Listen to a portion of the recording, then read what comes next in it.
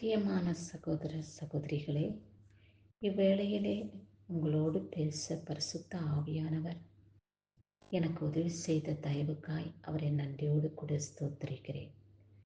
கடந்த நாட்கள் முழுவதுமாய் நம் அனைவரையும் கர்த்தர் கண்ணின் மணி போல பாதுகாத்து கொண்டார்.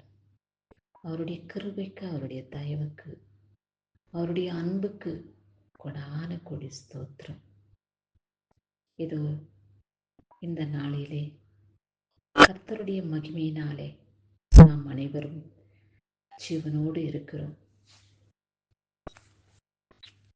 அவருடைய ஆசீர்வாதம், அவருடைய தயவு நமக்கு இருக்கிறபடியினாலே இந்த நாளையும் கூட கடந்து வர, இந்த நாளுக்கு ஏற்ற நிம்மதியும் சமாதானத்தையும் சந்தோஷத்தையும் கொடுத்து கர்த்தர் நம்மளை ரட்சிக்க அவர் பாதப்படியிலே அமர்ந்திருக்கிறோம் அல்லவா?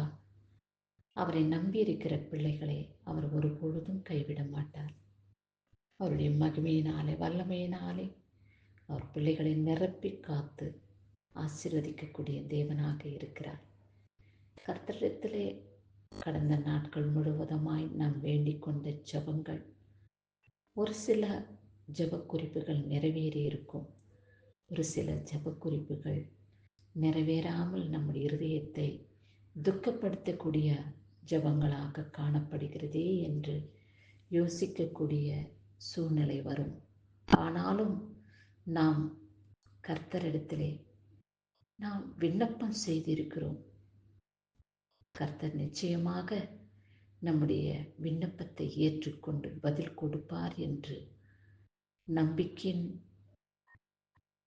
விசுவாசத்தோடு காத்திருப்போம். அப்படி காத்திருக்கிற பிள்ளைகளை அவர் ஒருபொழுதும் கைவிட மாட்டார். சரி, இந்த நாளிலே கர்த்தர் நமக்கு கொடுக்கப்பட்டுள்ள வார்த்தை என்ன என்று தியானிப்போம்.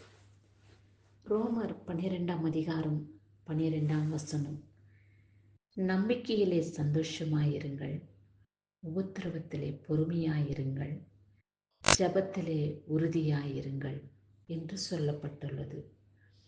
நாம் கர்த்தர் நம்மோடு இருக்கிறார், நம்முடைய வேண்டுகோளுக்கு பலன் கொடுப்பார், அப்படி பலன் கொடுத்து நம்மளை ஆசீர்வதிப்பார், பரலோகத்திலிருந்து நமக்கு பதில் கிடைக்கும் என்ற நம்பிக்கை நமக்குள்ளே இருக்க வேண்டும். அப்பேற்பட்ட நம்பிக்கை நமக்குள் இருக்கும் பொழுது நமக்கு என்ன உபத்திரவங்கள், வேதனைகள், சோதனைகள் வந்தாலும் கூட நாம் பொறுமையோடு காத்திருப்போம். ஏனென்றால் கர்த்தரிடத்திலே நாம் நம்பிக்கை வைத்திருக்கிறோம் அல்லவா? அவர் நம்மை ஒருபொழுதும் கைவிட மாட்டார், அவர் நம்மை விட்டு விலகிட மாட்டார். அவருடைய மகிமையினாலே நம்மளை முடிசூட்டி, அவருடைய வல்லமையினாலே நம்மளை நிரப்பி, நம்மளை காத்து ரட்சிக்கக்கூடிய தேவனாக அவர் நம் வாழ்க்கையிலே கடந்து வருவார் என்ற பொறுமை நமக்குள் இருக்கும். இந்த பொறுமையும் நம்பிக்கையும் சந்தோஷத்தையும் அனுபவிக்க நமக்குள்ளே நிலைத்திருக்க வேண்டியது ஜெபம். ஜெபத்திலே நாம் எப்பொழுதும் உறுதியாய் தரித்திருக்க வேண்டும். எந்த சூழ்நிலையிலேயும், எந்த நேரத்திலேயும், எந்த சமயத்திலேயும் கர்த்தரிடத்திலே நாம் பேசுகிற ஜெப குறிப்புகள் ஒவ்வொன்றையும் நாம் அவருடைய பாதத்திலே அமர்ந்திருந்து உறுதியோடு நாம் இந்த ஜெப குறிப்புகளின் செயல்பாடுகளை கர்த்தர் நமக்கு கொடுப்பார். ஒவ்வொரு ஜெப குறிப்புகளையும் கர்த்தர் ஆசீர்வதிப்பார் என்ற விசுவாசம் நமக்குள் இருந்தால் மாத்திரம் போதும். சாத்தானை ஜெயித்து விடுவோம். சாத்தான் கொண்டு வருகிறதான போராட்டங்கள், வியாதியின் உபத்திரவங்கள், சரீர பலவீனங்கள், நமக்கு விரோதமாய் எழும்பும் மனிதர்கள் எல்லாவற்றையும் உதறி தள்ளிவிட்டு தேவனோடு இணைந்திருந்து பலவிதமான தரிசனங்களையும் ஆசீர்வாதங்களையும் பெற்றுக்கொள்ள பரிசுத்த ஆவியானவர் நமக்கு உதவி செய்வார்.